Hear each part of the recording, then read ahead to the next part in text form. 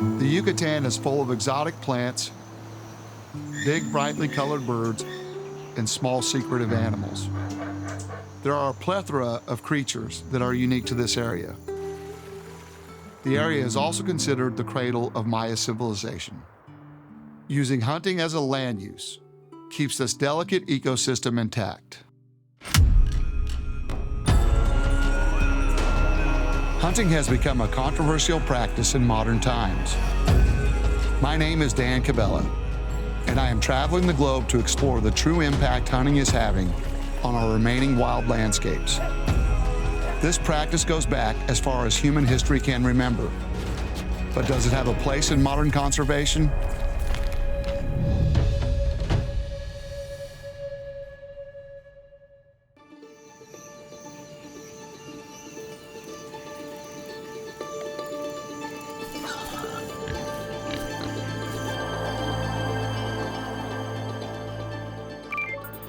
The Yucatan Peninsula is a northeastern projection of Central America, lying between the Gulf of Mexico and the Caribbean Sea. The area sustains probably the greatest biodiversity and supports the last remnant of a tropical rainforest in Mexico. I have come to pursue the brown or gray brocket, as well as the red brocket deer. Hey, Dan. Good to see you. How are you? Good to see you. Glad we finally made it. Absolutely. Welcome to Brocket Camp. The Brocket Camp hunting area is about 25,000 acres, and their operation has done a lot for conservation in the area. What was the hunting like when you started compared to now? Well, we started basically from scratch. We found out there was a really good population of red brockets in this area. So we did like some scouting trips first, and then we saw it was a lot of potential. So we started trying to develop the hunting and employing people from the town, the local hunters, because they're not poachers here, but they hunt a lot for meat. So there's a big meat market, cultural, because they grew up eating deer, right? So they start employing them, talking to them, and well, now we have most of the best hunters employed as guides, and that also reduced a lot of the hunting for meat. So we're trying to make a team there. Our guys are the best doing what they do, and now also the meat market it's going down. So almost 50%, there are less brockets being hunted for meat now because they get employed, they get good tips, and they take care of the resource. The brocket deer belongs to a different deer family called Mazama, and is among the least studied of any American deer. They prefer the deep cover offered by tropical semi-deciduous and flooding forests. The males carry short, unbranched antlers, and their preferred food is a fruit called amapola.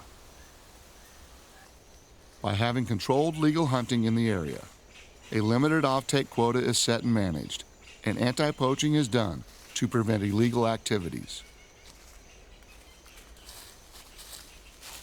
Well, this is the famous amapola tree, the one that the reds really like. Also some of the grays, but usually you find them in higher altitude where there's more red brocket than gray. And this actually, the flower, that's amapola flower. It's got some like nectar inside and some water as well. It holds it, so that's what they crave for. This is a big secret. It took us some years of scouting and researching them to find out what they really liked. So after we start hunting these flowers, that's where our success rate increased a lot in the brockets. They are a very secretive and small deer species and are quite elusive to even the most accomplished hunters. Using trail cameras allows the team to see if any deer are present in an area, particularly the males. There's one male coming in at night. Oh, it's a good one. You can see the antlers there. So this way, like here, we know there's a big one coming in, coming at night. So we'll have to keep on looking until he shows up daylight, and then we'll probably come and sit. In the Yucatan Peninsula, hunting is only allowed if it is done within the management units for conservation of wildlife called UMAs. The UMAs have permits, and their owners decide what to do on their sites and with their species. How many do you take off in a year? Brockets? Mm-hmm. Well, we got a 25 quota, and we shoot anywhere from 5 to 8, not more than that. So we always keep it low, the harvest, and every year we get a little bit, like maybe one more every year, because we're just like having more brockets around. So that's why we're seeing the conservation efforts working. And also the trail cameras helps a lot, because you can actually target the males. So you don't lose time sitting and then you have a bunch of females show up and you just waste a day of hunting. Ready.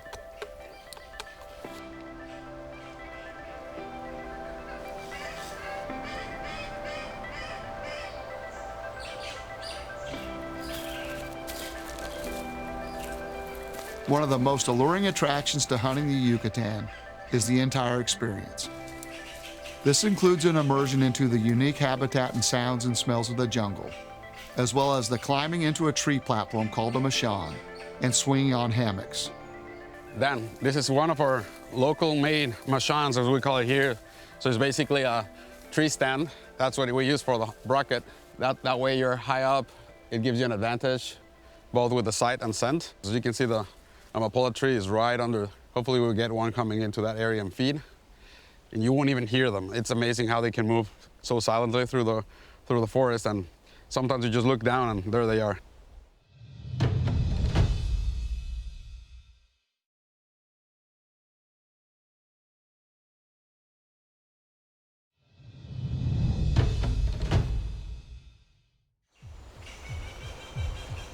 After a hard few days of hunting, we had glimpses of stealthy deer, but no luck so far.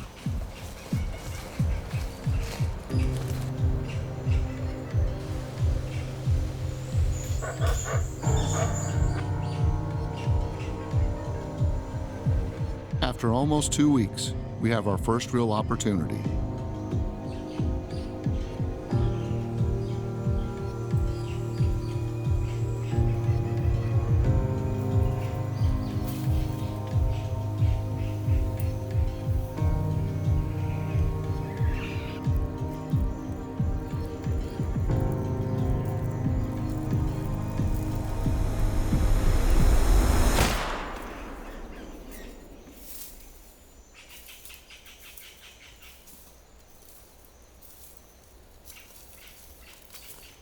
After many long days of searching, it is deeply rewarding to finally succeed in our pursuit.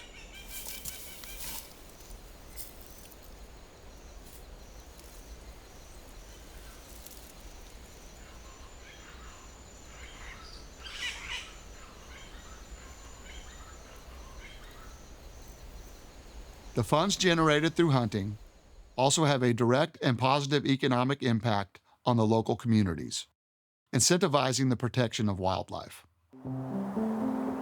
You'll see then how we're gonna transition here from forest to farmland, and you'll see it's quite a big change in scenery. And all this forest, you know, it's a Brocket habitat, but as long as turkeys and curassows and all the forest species, and hunting actually is keeping them from turning all the forest into farming. So that's what we're working hard at.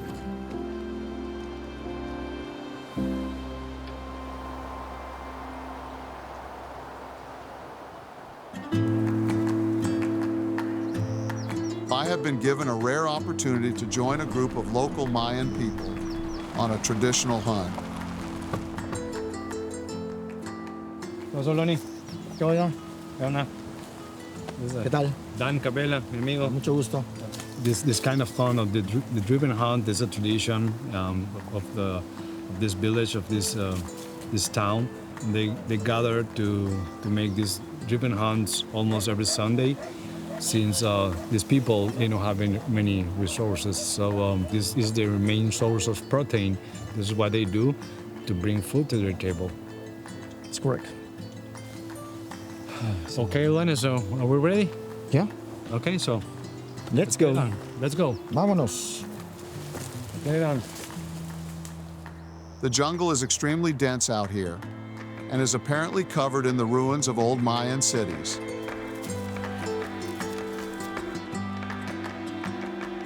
These people have been hunting here for centuries, and it's incredible how quickly they find deer in these thick trees.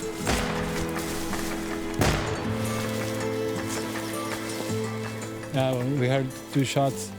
They got a buck, and they tied him up, and they were bringing up. While this traditional hunting practice is a source of protein for local people, increasing human populations continues to put unsustainable pressure on this wild resource. Regulated and managed hunting in these areas hopes to support local people in the future, while also benefiting wildlife. Absolutely nothing is wasted, and every piece of the animals is shared fairly among the community.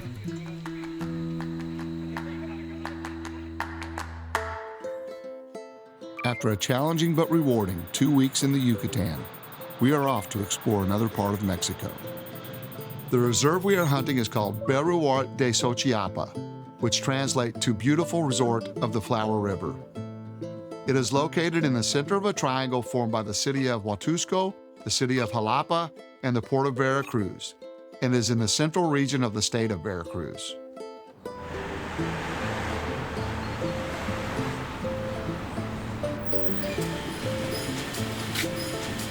How are you, Dan? Good to see you. Good to see you again. Have you back here at the ranch? Looking forward to it. And we'll have a good hunt, I hope.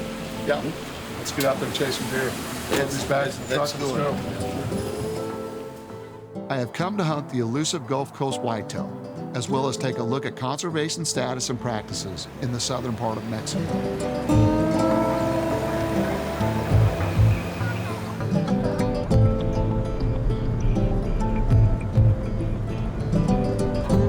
The ranch occupies approximately 1,200 acres made up of 6 plateaus separated from each other by ravines and deep cliffs that provide isolation and extraordinary diversity. Prior to the acquisition of the ranch by Rafael and his brother Carlos, the land was completely abandoned, and locals took advantage of the timber and poached out most of the animals.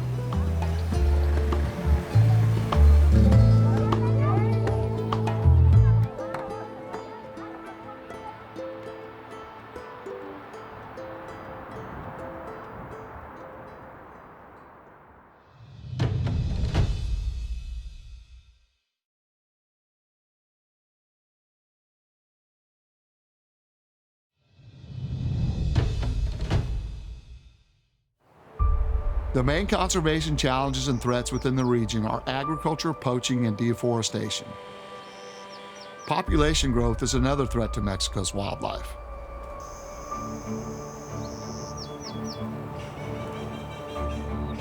Species that are unique to the area include white-lipped peccary and Gulf Coast whitetail. And you can also observe other resident species and migratory birds. Reptiles are also well represented.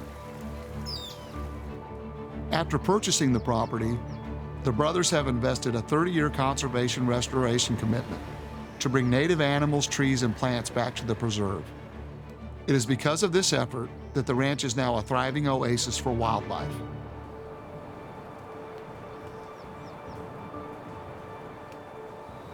It's about 300 meters from here to the river. And that's the part where we planted most of the tropical trees. In all, we brought about 130,000 tropical trees.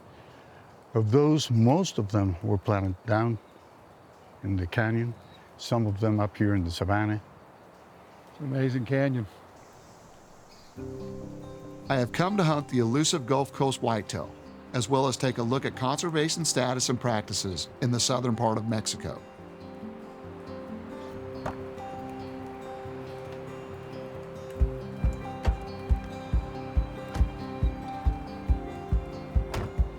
Es el señor Dan Benicio, es el cazador que vamos a atender aquí. Bienvenido. Benicio is going to be your main guide. In fact, he's our expert guide. The Gulf Coast whitetail is a little-known deer residing in Veracruz, Tabasco, Campeche, and Yucatan states. This whitetail has very small horns and is not pursued as often as the more typical and known North American whitetail subspecies with the larger racks. Hunting is mostly done from traditional tree stands or blinds, sitting over known deer travel routes while observing and glassing. Most of the time, very little game is seen, as the cover is thick and the deer are wary. Countless hours are spent and the temperature is hot and humid and not at all comfortable. But an elusive whitetail such as this is worth the time invested. I've got a mature buck in front of me. It's supposed to rain quite a bit the next couple of days. And at this point, I think I'm gonna take him.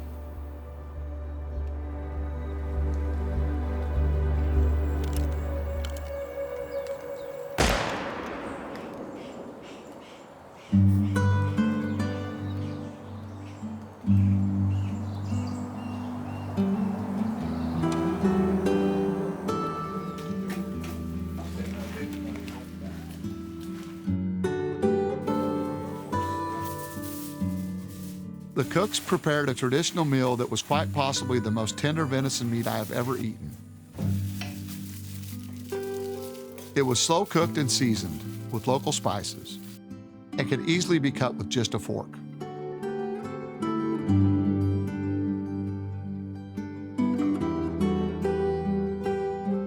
I believe that one of the most meaningful aspects of hunting is sharing a meal with others as a result of an animal that I have harvested. It is an ultimate connection to where your food is coming from. The act of sharing food through hunting has been around longer than civilization and is a tradition filled with compassion, truth, and generosity.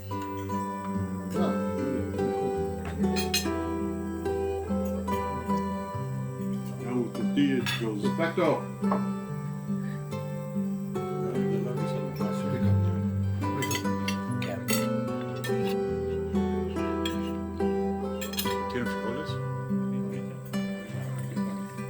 Ya, a ver. Brinden por el Señor. Thank you for being here. Thank you. Thank you. Time, and we hope we come back again. Salud, salud. A todos.